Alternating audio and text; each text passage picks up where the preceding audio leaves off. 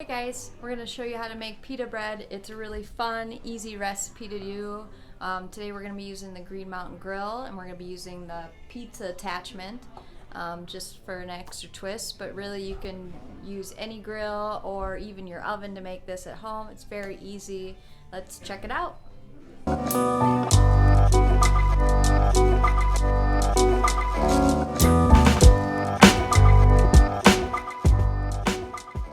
We're at the start of making these pitas. We've got a cup of warm water that should be between 110 and 115.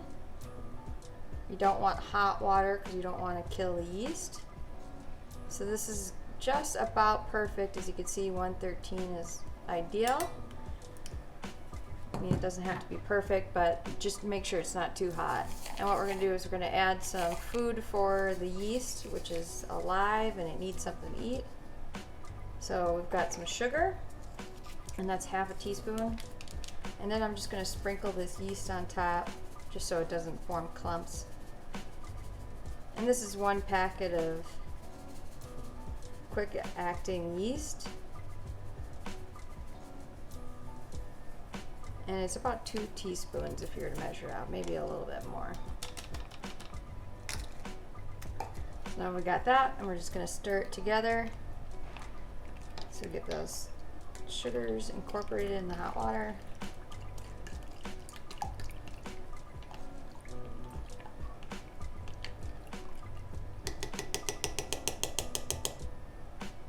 Good enough. So I'm going to let this sit in a warm place for about 15 minutes until it's all bubbly on top, and then you'll know that the yeast is activated. So we'll be back in a little bit. We've got our yeast activating. I'm gonna put together our dry ingredients. So we have about 2 cups of all-purpose flour, and then I have a 1/4 cup of whole wheat flour, and that's just gonna add a little bit more texture. Then we have about a teaspoon of salt, and that's just kosher salt. And now I'm going to go get the yeast and see what that looks like.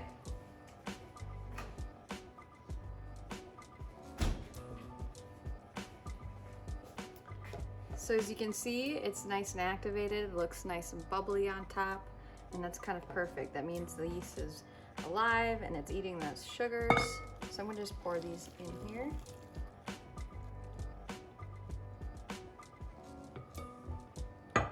And then we're going to add about 2 tablespoons of olive oil.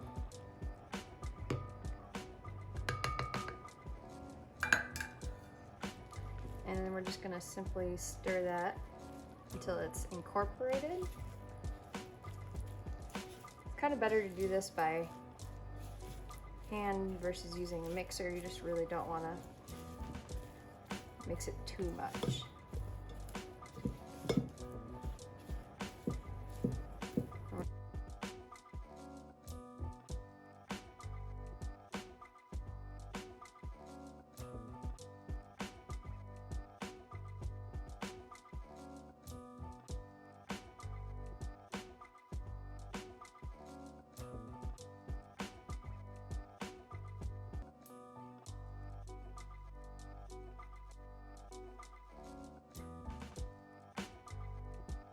I'm eating this for about 2 minutes out of the bowl, and in no way am I an expert bread dough kneader, but I just know you gotta turn it over, kind of press your palm into it, and just keep rotating it till it's a nice smooth ball. You know, it starts to get smoother and smoother on top. You don't want to add too much flour to this bread. It should be pretty sticky. At least a little sticky, as you can tell. Not too dry. So I'm just going to keep kneading this till it seems to be forming a smoother ball. Doesn't have to be perfect. You know, you don't want to overdo it.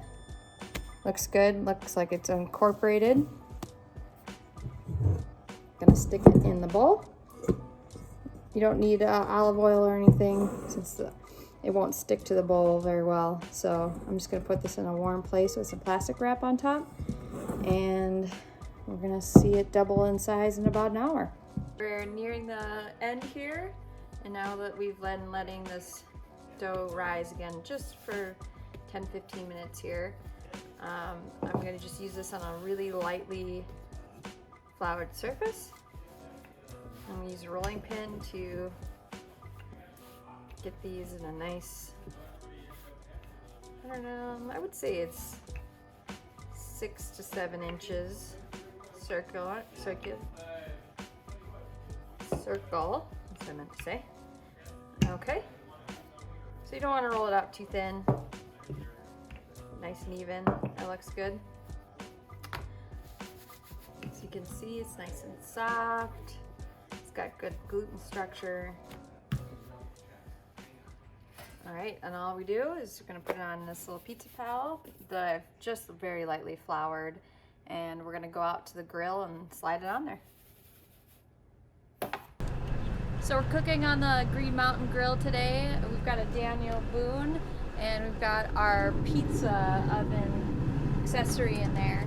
So what we're gonna do is we're setting this grill at 275. You can set it at 250 as well, but you want it at a lower temp, the grill, but inside of that pizza oven is going to be going at 900 to 1,000 degrees. So it doesn't take much for this to get heated up, because basically the pizza oven is sitting right on the firebox, and so the flame is working really hard to get that pizza oven to temp.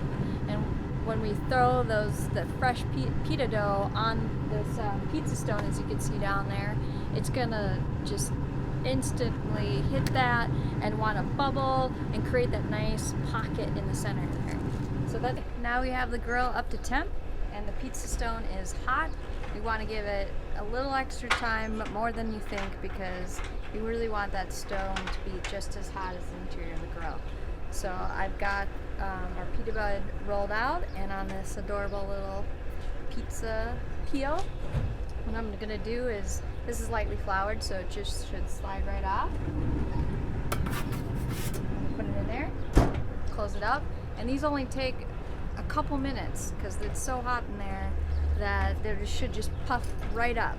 And we'll check back in a couple minutes.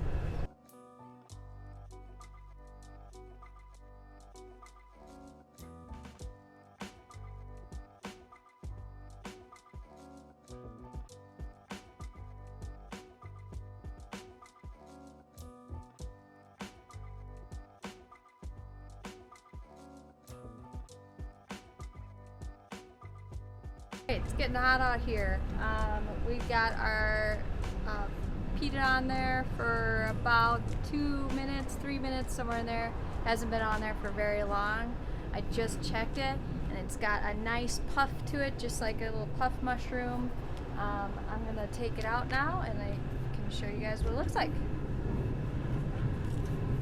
Just be careful because it's very hot.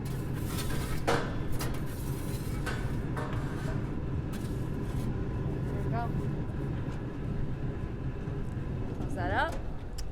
So there you are. We got a nice puff in there, and when we cut it in half, it's going to be great to have that pocket for all those little fillings we're going to put in there. So we've got all our pitas done, and they look great. You know, they weren't perfect, but I definitely think we got some ones that are solid winners in there.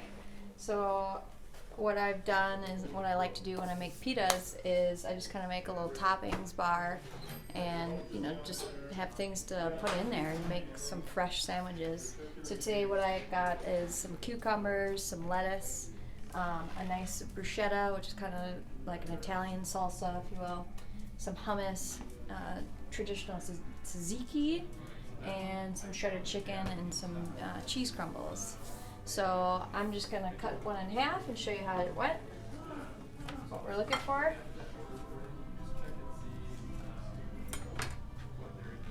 So this is perfect. A nice little pocket for all your sandwich fillings. Just gonna do some chicken. I always start with the best ingredients at the bottom. That way we don't miss out. I'm gonna put some of our tomato mix in there. And I'm all about sauces. I mean, oops. The more sauce, the better. Oh, the dog's gonna get that one. Then I just bought some prepared roasted red pepper hummus. Take some cucumbers, put them along the side. And then whatever else you can fit in there, I'm just gonna put a bunch of salad mixings in there.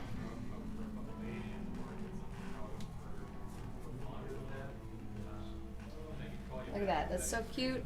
It's perfect, little handheld. And then we're gonna top it with some cheese.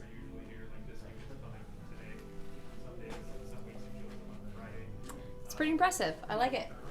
I'm really glad of how these turned out. They look great. I'm just gonna stuff some other ones for some lunch and enjoy.